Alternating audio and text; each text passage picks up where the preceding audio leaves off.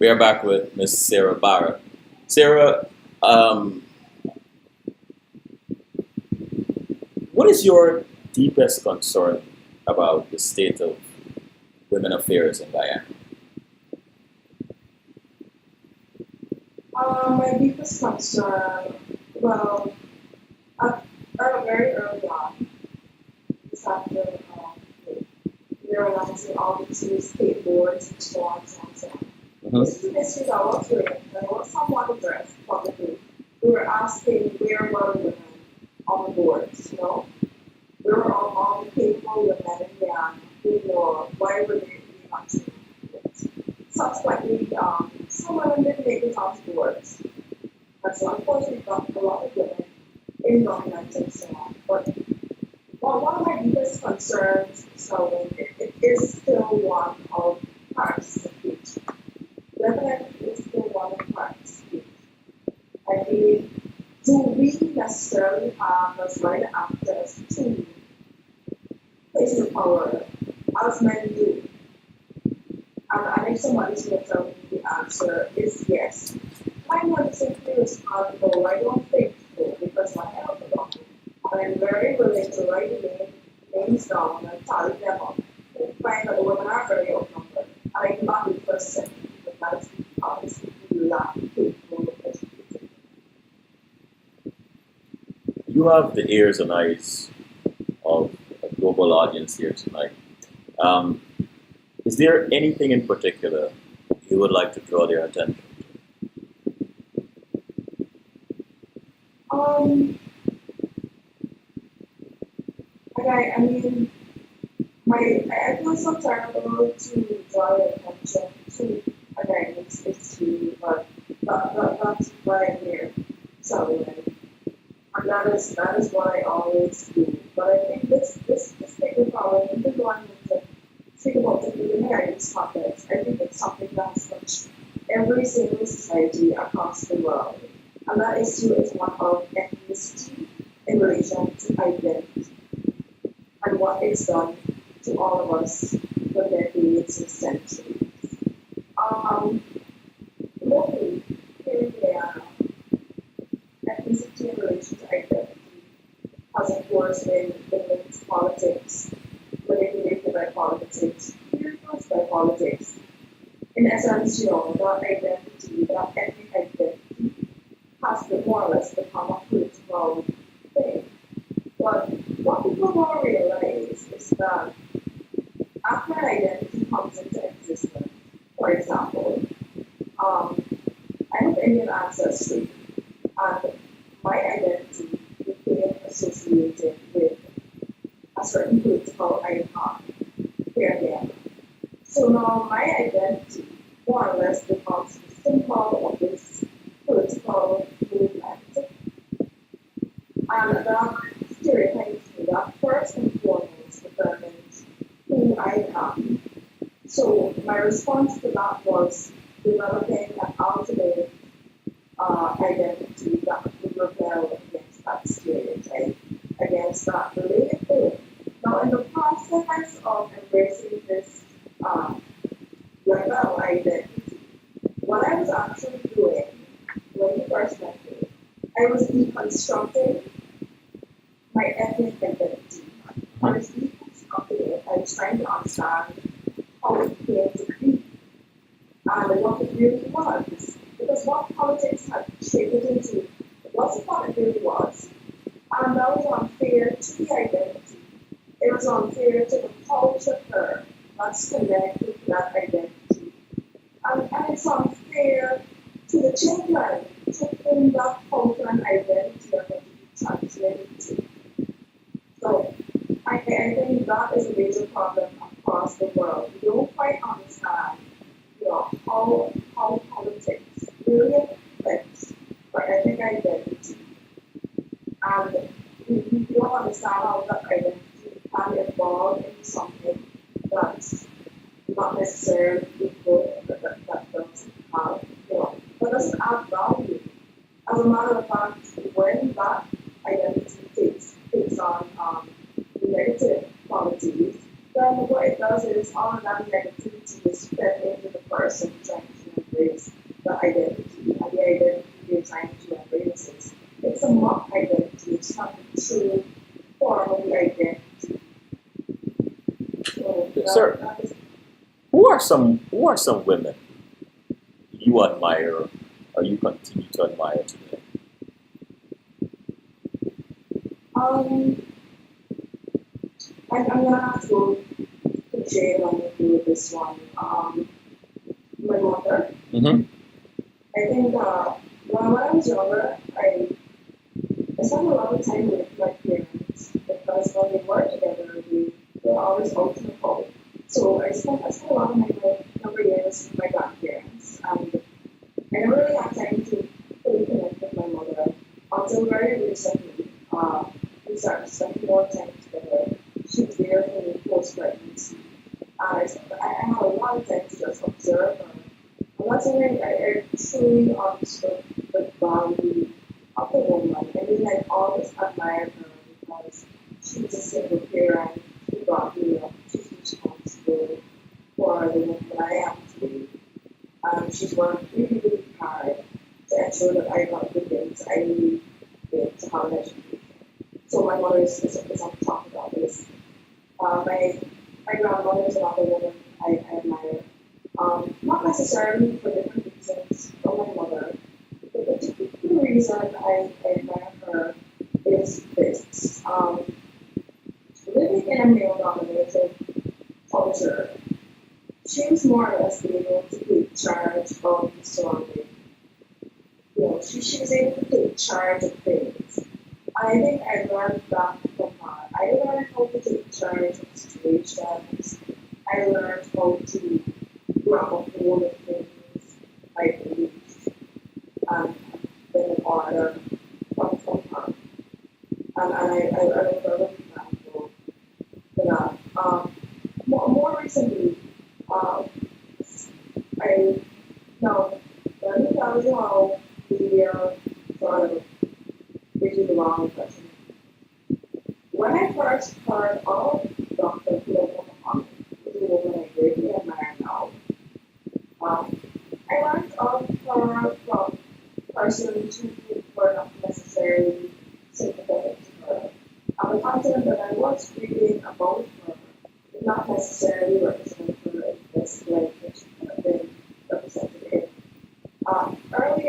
Early last year, I did I spent some time sitting with her, speaking to her. I got to know her, and I learned about the woman, her passions, her beliefs.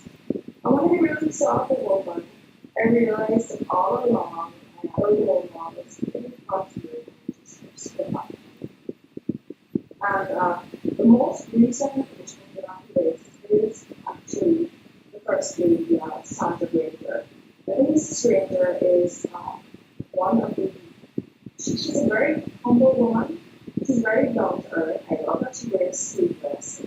I just wish the government would response now that we live in the tropics. It's okay to wear a sleeveless shirt here and there. We're very popular. So those are the women that I admire. Those are the women I look to. If some of the older women in your family, including your mother and your grandmother, were to be telling a group of young women stories about life, what is a particular story you think they will tell? I don't think there's a particular story that they would tell, but the stories, there's not a single story that they would tell.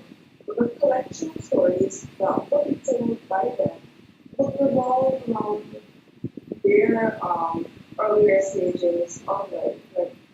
Like my mom, from time to time, now that she's older, she tells me things about her younger self. And I'm also surprised to learn that there are some of these experiences. And I think because older women so seldom speak about their earlier experiences, we like to assume, especially me, I love to assume that my grandmother and mother, they live more life. I think it's similar to me. And now that I'm older, they're older, they talk more, they're more willing to tell me learned that it's not so much different. Mm-hmm. It's not at all. What is one principle you've learned from your mom or your grandmom? Let's stick with mom. That defines or sticks with you or resonates with you to this day. Okay, that can be summarized in this phrase. Work hard.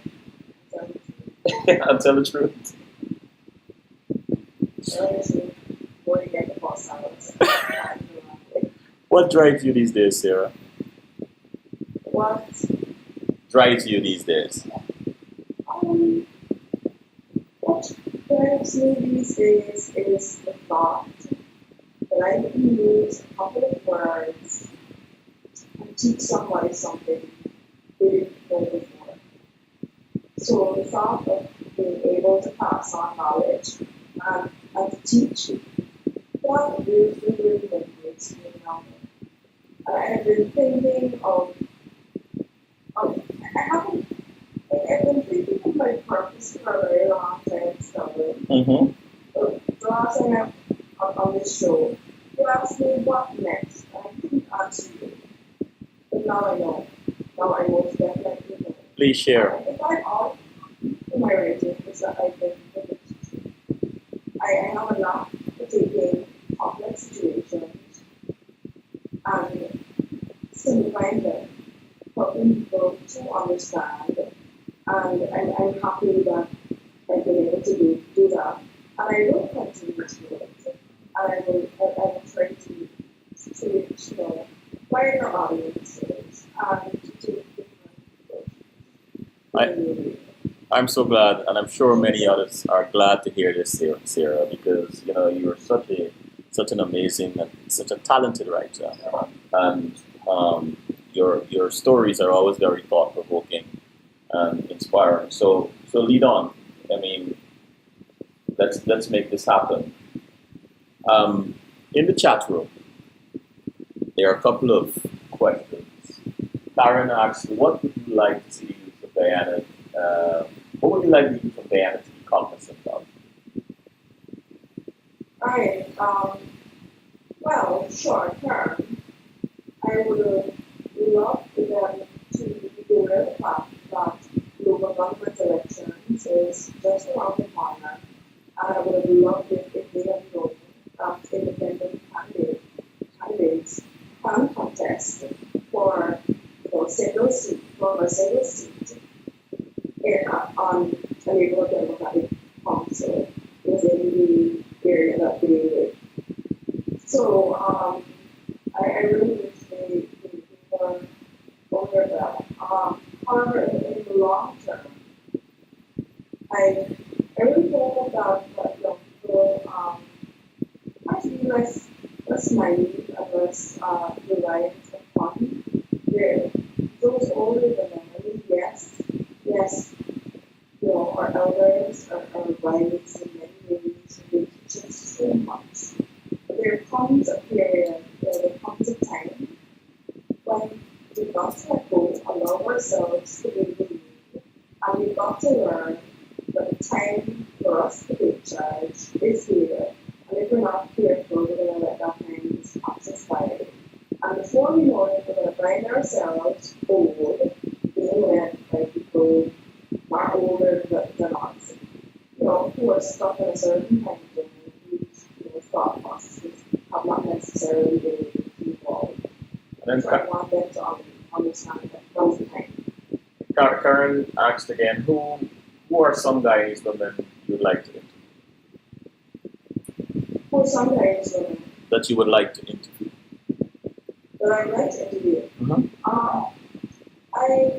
I would love to interview Minister Anna Ali, and I'm hoping that I get a positive response from her. I would love to interview the former First Lady, Dewan Shirajai. I would love to interview Mrs. Hines, who in her right is also a former First Lady as well. I would like to, the people who I view as being inaccessible, other people are the most right to interview. And the reason for that is because I believe they have stories to tell, but the stories really need to hear. So I'm hoping that some of these women will to make some time for me in 2016 and let me help them tell their stories in the best way possible. TKR says CWS has interviewed lots of women. Oh, funny. Maybe CWS can help out. I actually agree with her. I actually read this stuff. What? Oh, that's a good one, TKR. Okay. Yeah, Sarah. I can't say this publicly, but Sarah gets. Anyways, how are you? let me How are you discouraged, if at all, these days, Sarah? Sorry, you last part. How are you? Sorry, how are you encouraged these days? I think encouragement is a thing that you find when you're young. Mm-hmm. Sort of creates a cool within you, and then it just begins to grow and grow and grow within you. Because once encouragement has been given to you, it doesn't necessarily. I don't think it's all. It's just there. You just have to know how to tap into it. So I don't think that there's a thing that necessarily encourages me. Mm-hmm. No, I think it's anything. Wanting to not change, I hate that word change, maybe it's strong, or maybe it's not too strong, I hate the word change, so. But what encourages me is that I recognize that there are ways in which I can shape sort of world, sort of country, sort of region that I want to see. And having that knowledge is what keeps me going busy. Can you tell us one particular challenge that you overcame recently that you were most proud of? Why I must take one of my listeners. You just sit through it. Alright, so I have an issue with positions related to the politics, right? Uh-huh. If you ask me what my greatest fear is, my greatest fear is something. My greatest fear is to stand on any platform that can be big, even bigger than and why is that my greatest fear? It's because I believe that every single politician, every single leader, every single person who's in a place of power, who somehow became not as good as they used to be.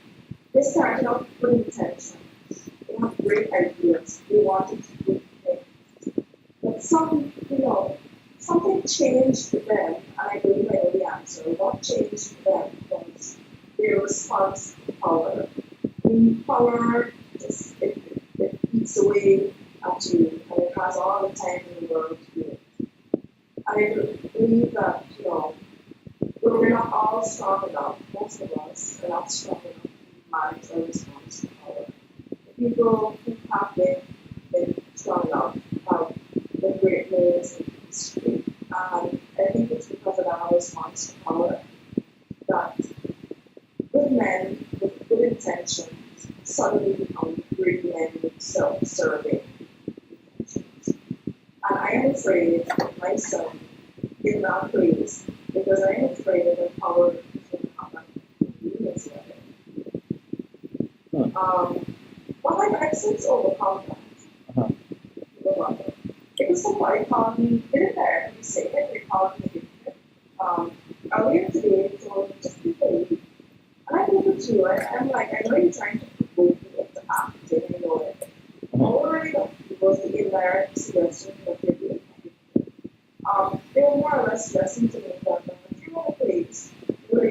can take up leadership positions, um, and where you have a chance to lend your voice to shaping the Guyana wants to nation building. So it goes beyond teaching, it goes beyond you writing. It doesn't mean that you're not going to be teaching and writing. It doesn't mean that you're going to extend your reach by yourself to access other avenues of leadership. So I finally accepted that today. I did. Let me just go to the chat room again. I see some questions came up here. T Girl said, yes, Selwyn, good idea. Right, Sarah. Yes, Selwyn, good idea. Right, Sarah. And Kim said, CWS interviewed Dr. Paloma Mohammed, but you have access to her. And Kim said, how can the youth contribute to racial harmony? Sarah, people seem to be rooting for you here tonight. How can the youth contribute to racial harmony? Now, I cannot speak to this without speaking to the national effort being made to encourage social cohesion, to build it. I know that Minister Alma Ali and the team, they really are doing their best. I'm sure they've been working tirelessly, to come up with a comprehensive plan for tackling social cohesion. And a big part of social cohesion, a big part of that cohesion is of course racial harmony. And what can young people do? And I'm not going to be funny at this. If I were being funny, I would tell you that intergenerational marriage is awesome. But no, that is not the answer. That is not the only answer, I should say. That works to some degree as well. What young people can do is this. Young people need to recognize, well, they need to write it first of all, they need to construct their identity. Ask yourself, who are you? Now, if you can answer that question with perhaps an indirect, so you're putting an ethnic tag to your nationality. And, I've been preaching for years, and I'm not going to put that tag here, and I'm not going to put that tag here. And I still stand by that. The ethnic tag should not be there, shouldn't be there at all. Nationality. However, the idea that we've been giving people is that a national identity requires a sacrifice of your ethnic identity and culture. It means giving it up. And you know what? That is not the case. There is no rule that says in order to acquire this grand idea of social cohesion, which will lead us to the building of a very strong national identity, we need to give up our ethnic identities and cultures. That's an innate part of who we are. It is what forms our cultural heritage and who we are as Guyanese. Without our respective ethnic identities and those cultures that come with it, there would be no such thing as Guyanese. So what young people can do to encourage racial harmony is this. Recognize what you believe your identity is. Deconstruct that identity. And then, if you're afraid that a national identity is going to take away your ethnic identity and take away your culture, then you need to accept that that is not the truth. It's not going to do that at all. Your ethnic identity has to remain in place, and that is what has to be the national identity that has to be. We're all individuals who love to be unique. So, as soon as we feel that something that makes us unique is being threatened, we pull into our shells, and the idea of a national identity no longer an abstract thing to us. And it is now a lack of a national identity that prevents us from seeing each other as one, as being a collective rather than just six people's different from each other. And I think if they can finally within themselves to recognize the values of ethnic identity and culture, and then allow that to shape the national identity that comes to be, spread that knowledge, teach their peers to do the same thing.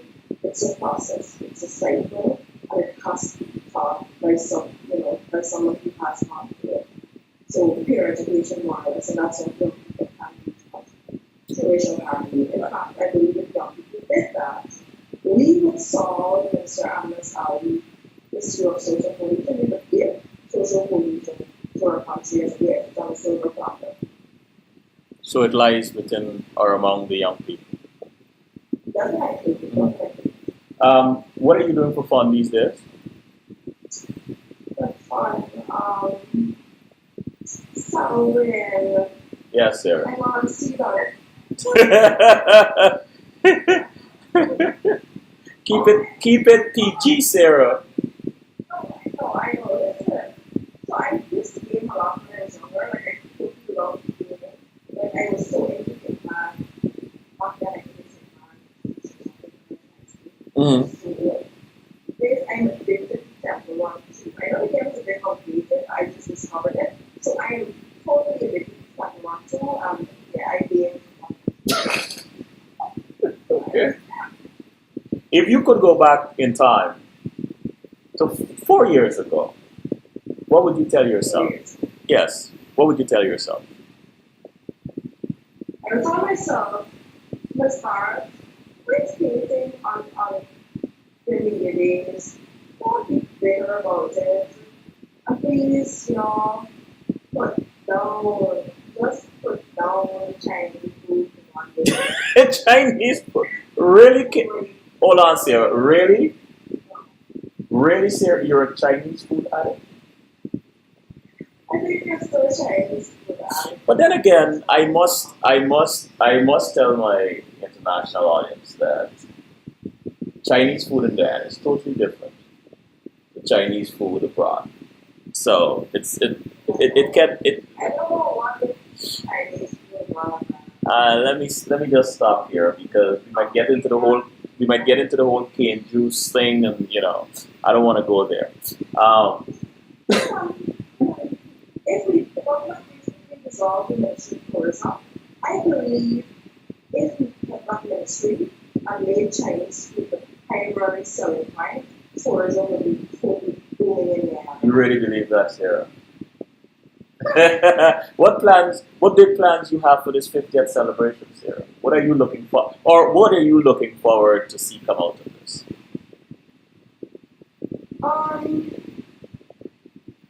I'm not gonna answer that because honestly, why I'm gonna answer by saying this. I'm not gonna have any expectations. Okay, I'm just waiting to see what they do. that's fair. What That's they do, and I'm gonna be proud of it because you know what? It's to do something.